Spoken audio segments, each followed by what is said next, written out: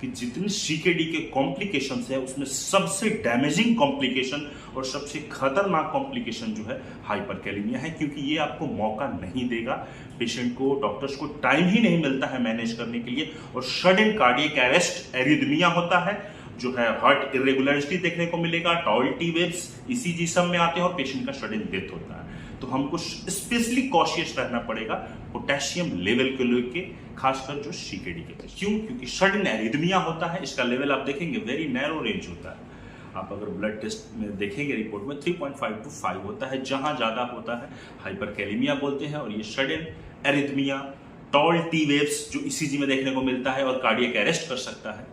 तो इसका ट्रीटमेंट हम कैसे करेंगे? तो इस कंडीशंस में सबसे इनिशियली हम करते हैं कि जहां हम देखें कि हाइपरकैलेमिया है, पेशेंट का ईसीजी हुआ, हाइपरकैलेमिया मिला, पोटेशियम लेवल बढ़ा हुआ है, इस कंडीशंस में अगर इमीडिएट ट्रीटमेंट अगर हमको करना है, सबसे पहले कैल्शियम ग्लूकोनेट देते हैं।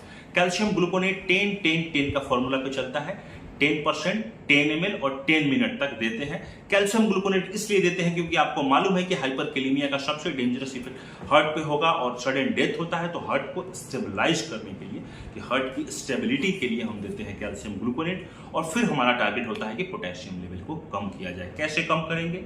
इंसुलिन और डेक्सट्रोज, मतलब शुगर भी रहेगा, डेक्सट्रोज भी रहेगा और उसमें इंसुलिन देंगे। इंसुलिन क्यों देंगे? क्योंकि इंसुलिन क्या करता है कि सेल्स के अंदर जो है पोटेशियम की एंट्री करा देता है, तो अब प्लाज्मा में नहीं रहेगा, वो सेल्स में आ जाएगा, तो हाइपरकैलेमिया कम होता है। लेकिन किसी पेशेंट्स को अगर हम इंसुलिन दे रहे हैं हाइपरकैलेमिया के ट्रीटमेंट के लिए, कहीं ऐसा ना हो कि उसका शुगर फॉल कर जाए, इसीलिए जो है डेक्सट्रोज में, D10 में, D5 में जो भी है कैलकुलेटेड तरीके से कि उसको डेक्सट्रोज ग्लूकोज भी दीजिए और साथ में इंसुलिन दीजिए, और इंसुलिन पोटेशियम को कम करेगा। और क्या तरीका है पोटेशियम कम करने का? नेबुलाइजेशन कर देते हैं। नेबुलाइजेशन करने से बीटा एगोनिस्ट जो ड्रग होता है, सैल्बुटामोल, टर्बुटालिन, लीवोसैल्बुटामोल, ये सब पोटेशियम को कम करता है। और इसमें क्या कर सकते हैं? पोटेशियम बाइंडिंग रेजिन्स आता है, वो भी हम देते हैं, सैशे आता है, उसको पानी में घोल के पीने के लिए बोलते हैं, इससे भी कमता है। और हम सीकेडी पेशेंट्स को क्या बोलते हैं कि पोटेशियम रिच डाइट, स्पेशली जो है स्पिनच हो गया, बनाना हो गया,